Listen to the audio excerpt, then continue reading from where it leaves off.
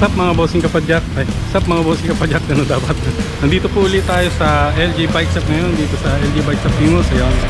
So may babike check po ulit tayo ngayong araw mga bossing kapadyak ko na carbon siya, MTB, na bagong labas ngayon sa market, ano mga bossing kapadyak. So babike check lang po natin siya ngayon mga bossing kapadyak dahil malulupit at mabibigat din ang ibig sabihin. Magaganda na po ang mga nakakabit dito or mga nakakasa sa kanya. So mga bossing kapadyak, samahan niyo po ko ngayong araw. Tara po! So yan na nga mga bossing kapadyak, umpisa na po natin ito ng mga bossing kapadyak ano, para mabilis po tayo. Ayan mga bossing kapadyak, kung makikita nyo to, ayan, napakaganda po ng geometry ni Pacific Pacific Stinger. Ito nga pala si Pacific Stinger 8.0. Bale ang size niya po ay 29er. Ayan, kung makikita nyo 29er, ayan dito, yung gulong niya 29er. So ang size po nito ay wala nakalagay eh. Titignan na lang po natin mamaya, susukatin natin yan. So 29er po ito yung kanyang wheel set. Tapos syempre yung mamaya susukatin na natin itong frame nya, syempre 29er din. Kung makikita nyo mga bossing kapadyak, maganda yung pagkaka-geometry ng frame nya. Napaka-astig mga bossing kapadyak kung makikita nyo. Ayan. Silipin muna natin mga bossing kapadyak yung mga malulupit na curvings nya at tubings, ano mga bossing kapadyak. Ayan. So ang color nga pala to, nito mga bossing kapadyak ay matte gray. Ayan, matte gray, kung makikita nyo, hindi siya glossy. Ayan, matte gray. Ayan, buksan lang natin ang ating mga mata mga bossing kapadyak. Rap yun ah. Ayan, kung makikita nyo mga bossing kapadyak, siyempre smooth na to dahil carbon ito. Ayan mga bossing kapadyak, kung makikita nyo, makinis dito. Ayan, smooth na smooth kung makikita nyo. Tapos kung nakikita nyo itong pinaka top tube nya rito, ayan, naka-curve siya. Tapos yan, diretso rito. Ayan, naka-curve siya ron. Tsaka kung mapapansin nyo mga bossing kapadyak, ang frame nya or yung pinaka top tube na doon mga bossing kapadyak ay parang kay Twitter Warrior. So parang isa lang po sila siguro nito, isa lang may-ari, isang kumpanya. So kung makikita nyo rito, tulad ng kay Twitter Warrior ay malapad po rito sa kanyang top tube, papalit dito. So ang name niya po ay Pacific, then ang model niya ay Stinger 8.0. Ayan, nakalagay dito may Stinger carbon fiber bike. Ayan, kung makikita nyo, ayan, nasa screen, papakita ko na rin dito. Ayan, Stinger carbon fiber na po siya mga bossing kapadyak.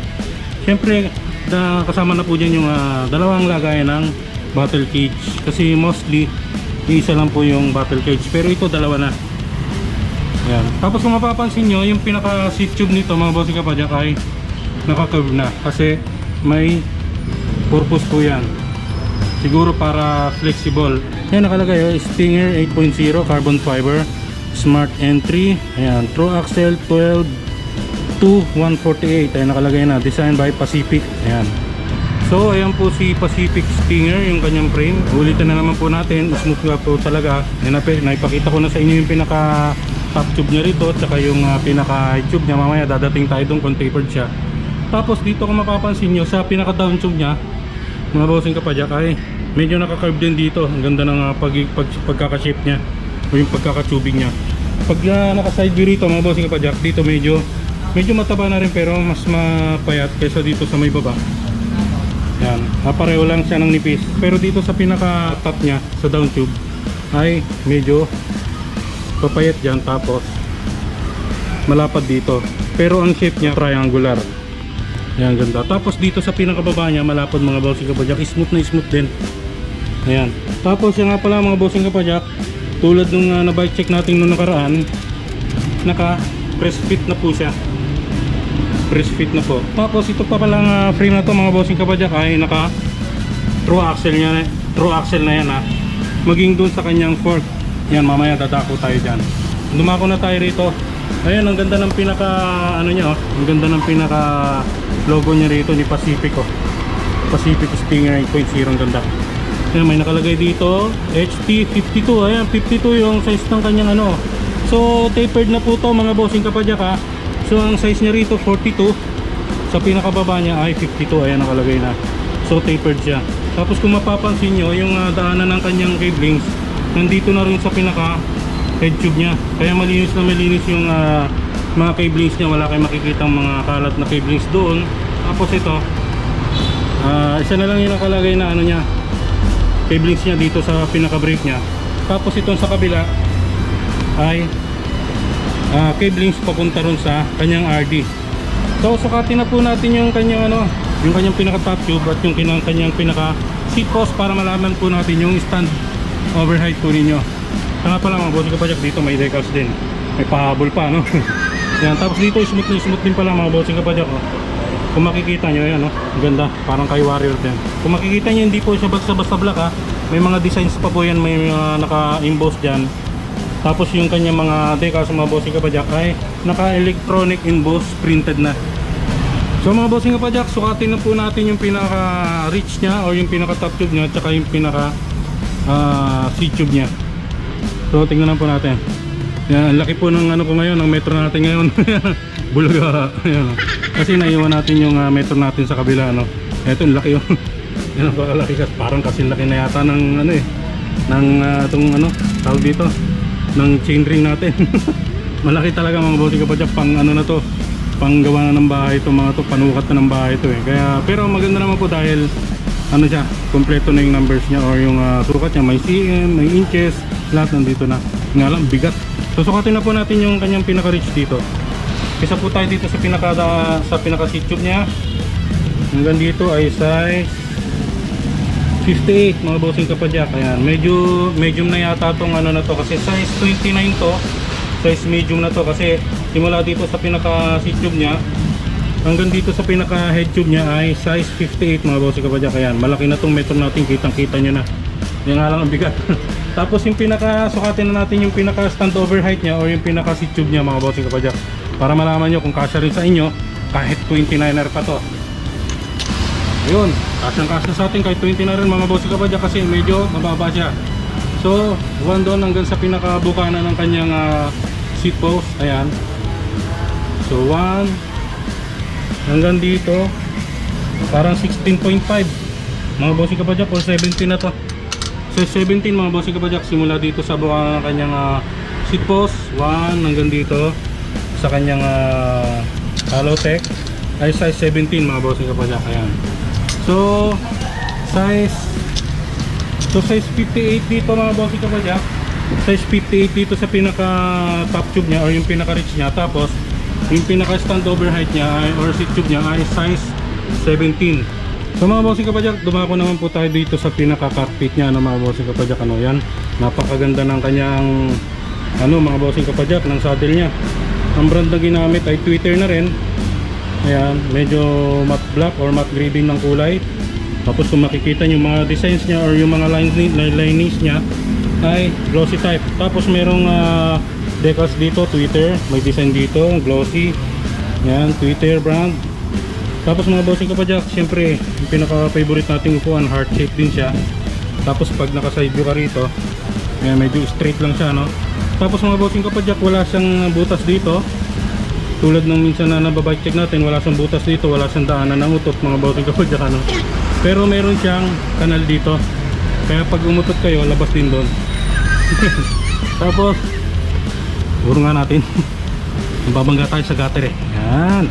Alright, salamat po. So ayan mga bossing kapadyak, kung makikita nyo yung railings dito, kung mapapansin nyo, bakal po, pero ayan, may mga numbers indicated dito na numbers. Ano ba yan? Indicated dito na numbers. May mga naka-indicate na numbers. Siyempre para malaman nyo mga bossing kapadyak kung ilang cm or ilang millimeter yung na-adjust nyo. Siyempre kung halimbawa bitin sa inyo yung pinaka-reach, adjust nyo pa backward. So kung bitin naman sa inyong reach, simula dun sa handlebar nyo hanggang dito sa may pinaka-upuan nyo, i-move forward nyo naman, adjust nyo lang. Pero yung pinaka-clamping siya dito mga bossing kapadyak, ayan, haloy na to. Tapos dalawa na yung kanyang adjustan dito, harap at likod, back and forth uli, ano. Tapos ito mga bossing kapadyak, yung kanyang pinaka seat post dito ay alloy na rin, powered by Twitter. Tapos yung kanyang seat clamp, syempre alloy na rin, powered by, made by Twitter na rin. Ayan nakalagay, oh, size 34.9 mm. Ayun. Tapos dumako naman po tayo dito sa kanyang pinaka headset mga bossing kapadyak. Ang headset niya ay made by Twitter na rin. Tapos kung mapapansin nyo yung pinaka spacers niya rito, carbon na. Tapos yung kanyang stem made by Twitter na rin, syempre alloy na rin yan. Yan. Tapos yung pinaka handlebar niya rito, medyo straight bar pero medyo may pagka backward siya rito, back up. Ano bang tawag doon? Basta may back. Yan. Made by Twitter na rin ang handlebar niya, pero medyo maikli. Sakto-sakto lang. Ayan. Siyempre alloy na rin to mga bossing kapadyak. Tapos yung ginamit sa kanya na handle grip ay Twitter na rin. Malambot mga bossing kapadyak. Magaganda talaga yung mga gawa ng Twitter ngayon. Yung mga pyesa ng Twitter magaganda na. Tapos may ano mga pala mga bossing kapadyak dito. May dalawang lockout na. Lockout dito at saka lockout dito para hindi umikot-ikot yung katagalan. Tapos yung kanyang brake set mga bossing kapadyak ay SRAM level na yan. Napakalupit ng ano dito. Mga nakakasana sa kanya, mga magaganda na. Yan, biruin mo, SRAM level na yan. Ibig sabihin, naka SRAM group set na to mga bossing kapadyak. SRAM GX na kasi yung ano niya ron. Mamaya dadating tayo doon. Bubulul-bulul pa. Ayan, yung brake set natin, hydraulic brakes na SRAM level na yan. Kakaiba mga bossing kapadyak. Short yung kanyang brake lever dito, maliit lang. Tapos to medyo mataba na malaki. Mataba na malaki. Yan, siyempre siya rin dito, magkabila, pareho lang. Ang ganda ng brake set ng ano ngayon, oh. SRAM ngayon, ganda. Malapad, maikli lang yung brake lever niya. Tapos yung pinaka shifter niya ay SRAM GX na. Kung nakikita niyo mga bossing kapadyak, kaya silipin natin na yun, oh. Yung nga rin, baka magkakuliti tayo. Ayan, SRAM GX na po yan. Yung shifter niya para sa kanyang RD. Kasi naka 1x na pala to. Wala na siyang ano rito shifter. Syempre ito na lang, yun na lang yung shifter niya rito para dun sa RD natin. So dumako muna po tayo dito sa ating total nandito na naman po tayo. Dumako na po tayo dito sa kanya port. So may nakikita tayong remote lockout dito. So naka remote lockout na siya mga bossing kapadyak. Kung nakikita nyo, ayan, remote lockout. Syempre naka air suspension na to. Ayan mga bossing kapadyak, kung nakikita nyo, ayan, naka air suspension na siya na powered by Twitter na rin. Ayan, kung nakikita nyo, ano to, TW50 5.0.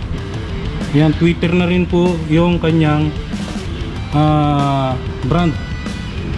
Ayan mga bossing kapadyak, Twitter na rin ang kanyang brand. Siyempre naka true axle na rin yan. Kung nakikita nyo, ang ganda, oh. Magkabila po yan. Tapos yung kanyang disc ay floating disc na po, made by Pro, 160mm. Tapos andito po yung kanyang pinaka post mount para kay brake caliper ni SRAM. Ayan, ganda. Ganda mga bossing kapadyak. Mamaya dadako tayo dun sa kanyang wheelset, siyempre dito muna tayo. Tapos yung kanyang kung nakikita nyo mga bossing kapadyak, medyo makapal po yung ano niya rito. Siguro alam nyo na yan. Medyo makapal po yung kanyang stanchions dito. Black pearl yung kulay, mataba na mahaba. Tapos ito yung pinaka-arc niya rito. Ayun, ang ganda ng pagkakadesign niya. Yan. So remote lockout na siya na air suspension fork ni Twitter. Yan mga bossing kapadyak. So dumako naman po tayo dito sa ating drivetrain. Ayan, kung nakikita nyo mga bossing kapadyak, daanan po muna natin yan. Kung nakikita nyo po yung pinaka drivetrain niya, ayan, napakaganda. Laki ng plato niya rito, parang sasakyan na alien, na laki. Ayan. So yung kanyang pinaka transet mga bossing kapadyak ay SRAM GX. Kung makikita nyo, alloy na rin siya or magnesium alloy. Kasi minsan may purong alloy, may kasamang magnesium. So magnesium alloy na siguro to. Ayan, kung makikita nyo, hindi ko nasusukatin yan, ayan, mataba na rin. Tapos may design siya rito na may mga ukit. Tapos yung kanyang may nakalagay na rito ng cap, hindi natin makita sa alien. Yung cap niya rito ay dab na rin. Tapos kung makikita nyo mga bossing kapadyak, yung kanyang pinaka chain wheel dito ay SRAM na rin, SRAM 3040 Eagle Technology X-Sync 2. Ayan, kung makikita nyo, ayan, 3040 na SRAM chain wheel. May design siya rito na Eagle, Kaya kapag gamit nyo to mga bossing kapadyak, lilipad kayo niya. Kasi may SRAM Eagle, alam ko yung SRAM Eagle to Tapos pinagalong SRAM GX na SRAM Eagle. Kasi chain wheel niya SRAM Eagle. Ganda, basta siya mga bossing kapadyak, ang group fit niya naka-SRAM na yan. So dumako na po tayo dito sa kanyang chains. Ngayon yung kanyang chains mga bossing kapadyak, Chains in My Heart, ay SRAM Eagle na rin. Chains in My Heart tuloy, kanta yun Ayan, change SRAM. Kung makikita nyo mga bossing kapadyak, medyo blurred kasi pag GoPro, hindi natin gaano maitutok ano. So yan, ang kanyang change mga bossing kapadyak or kadena ay SRAM na rin ha. Tapos ang kanyang, kung makikita natin, napakalaki ng kanyang cassette dito. Ayun, laki oh. Makikita nyo, lalayo ko ha, tapos lalapit ko yan para makita nyo maigi. Yan, napakalaki. So naka 1x12 siya mga bossing kapadyak, pero kung titignan mo sa laki ng cassette na to or cogs nito, parang 13 siya pero naka 12. Kasi ang size nito mga bossing kapadyak ay 11T to 50T. So malaki siya. So bilangin natin kung ano, baka kulang eh. So 1, 2, 3, 4, 5, 6, 7, 8, 9, 10, 11, 12. Pakanta na naman tayo mga bossing kapadyak. Yan, so 1x12 siya mga bossing kapadyak. Siyempre SRAM na rin yung cassette nyan. So dumako naman po tayo dito sa kanyang RD. So ang kanyang RD siyempre SRAM GX na rin. Ayan, kung makikita nyo mga bossing kapadyak, ayan, SRAM GX. So SRAM GX na yan. Yung may nakalagay dito oh, roller bearing clutch. Ayan yung klase, pinaka-clutch na pala rito. Ayan mga bossing kapadyak ay SRAM, naka seal bearing na. Ayan oh, nakalagay type 3. So meron siyang ano dito, adjustan. May pindutan siya rito oh. Siguro pag pinindot mo to, bubus ka, bibilis ka lalo. So mga bossing kapadyak, kung makikita nyo, ang pinaka-RD nito ay SRAM GX. Ayan, kung makikita nyo yan, paikutin muna natin dito. So yung frame niya mga bossing kapadyak, through axle ah. Tapos yung may mga bolts dito, Allen bolts. Ibig sabihin pwede nyo palitan yan kung halimbawa masira man itong pinaka parang hanger niya dito or yung pinaka through axle niya. So SRAM GX po yung ating RD. May design siya rito na eagle na rin.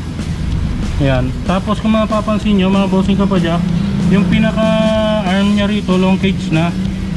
Tapos yung pinaka pulley niya, itong pulley wheel niya ay oversized na rin. Ayan, makikita nyo, bakal malaki. So malaki na tong ano natin, metro natin, malaki na. Makikita nyo. Lalo na kung ano, yung isang metro natin mas maliit dito kasi laki nito. Ayan, ang laki ng pulley wheel niya, maging dito sa taas niya, pero mas malaki yung dito sa baba. Ito medyo malaki na pero mas maliit, mas malaki tong pulley wheel niya dito sa baba. Ano ba talaga? So yan po yung ating RD, ang laki. Ganda talaga ng SRAM GX na RD. Ayan, napakalupit dito. Sarap sa ano nang to, pupunta kayo ng Tagaytay, saglit lang. Dahil medyo marami kayong pagpipilian ng mga speed dyan. So yan po ang ating drivetrain SRAM group set na yan mga bossing kapadyak. Nabibitin pa sa hininga. So mga bossing kapadyak, dumako naman po tayo sa kanyang wheel set ano. So ang kanyang tire mga bossing kapadyak ay siyempre 29er din.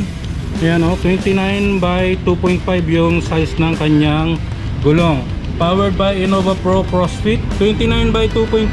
Ayan, 35-65 PSI yung pinakamax ng hangin niya na pwede nyong ipon dito. Ayan, tin. So naka-spin wheel na siya mga bossing kapadyak ha. Ayan, naka-spin wheel na siya. Kung tignan natin, maliliit yung mga spikes niya or knobs niya rito. Yan kasi nga, naka 2.25 siya. Pero maliliit yung knobs niya. So, ibig sabihin, fast rolling siya. Ano mga bossing kapadyak. Tapos, kung makikita nyo yung kanyang pinaka rim dito, syempre, alloy na yan. Powered by Aero 90. Made by Retrospect na rin. Double wall alloy na yan. Tapos, bakal yung kanyang spokes dito. Ayan, so dumako naman po tayo dito sa kanyang hubs. So yung kanyang pinaka disc brake mga bossing kapadyak, powered by Pro yan 160mm na floating rotor. So ayan, kung makikita nyo mga bossing kapadyak, boost na rin yung kanyang hubs. Retrospect, made by Retrospect. So tignan natin yung pinaka-abangan nyo na sound check ano mga bossing kapadyak. Ayan. So ayan po yung sound check natin mga bossing kapadyak. Hindi ganong malakas, hindi ganong mahina, sakto lang.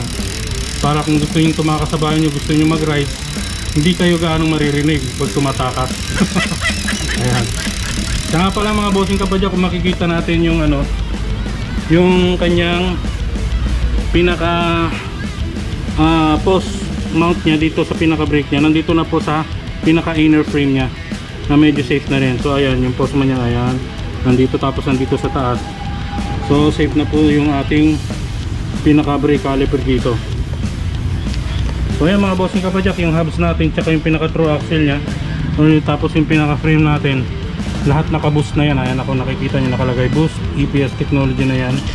Ayan, unidirectional carbon fiber.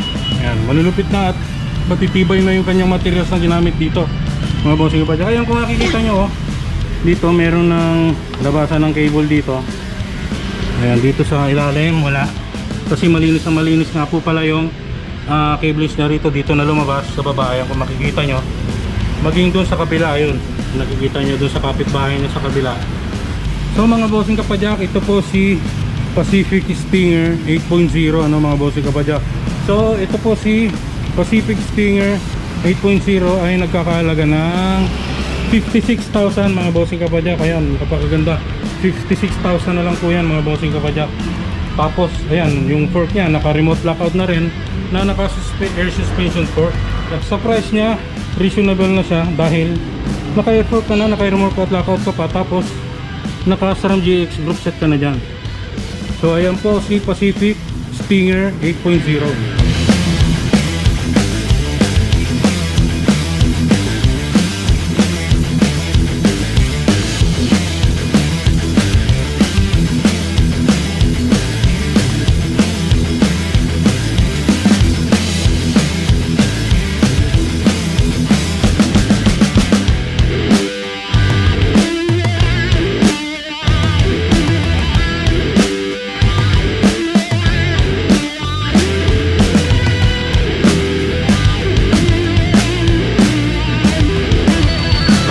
So yun lang mga bossing kapadyak, ano, kung nagustuhan nyo po si Pacific Stinger MTB na naka SRAM group set mga bossing kapadyak, ay 56,000 nga lang po pala siya mga bossing kapadyak, ano, na naka SRAM GX na po at SRAM Eagle components, ano mga bossing kapadyak, ano. Sana po nagustuhan nyo po yung video natin ngayong araw, pati yung pagbabuy check natin. So kung hindi po kayo nakasubscribe sa ating channel mga bossing kapadyak, ay paki-like and subscribe na rin po yan mga bossing kapadyak. At lahat po ng bike enthusiast yan mga bossing kapadyak, ano. And hit the notification bell para ma-update po tayo sa mga upcoming videos po natin. So ang pinaka-importante po mga bossing kapadyak ay ride safe and God bless us all mga bossing kapadyak. Huwag po natin kalimutan mag-helmet pag mag-rides po tayo, magsuot ng shades para maprotektahan po ang ating mga mata sa virus na kumakalat ngayon sa panahon po natin, ano mga bossing kapadyak. At ang pinaka-importante din po mga bossing kapadyak, magsuot po tayo ng ating mask araw-araw pag lalabas po tayo ng ating tahanan. So hanggang dito na lang po mga bossing kapadyak. Ride safe and God bless us all mga bossing kapadyak.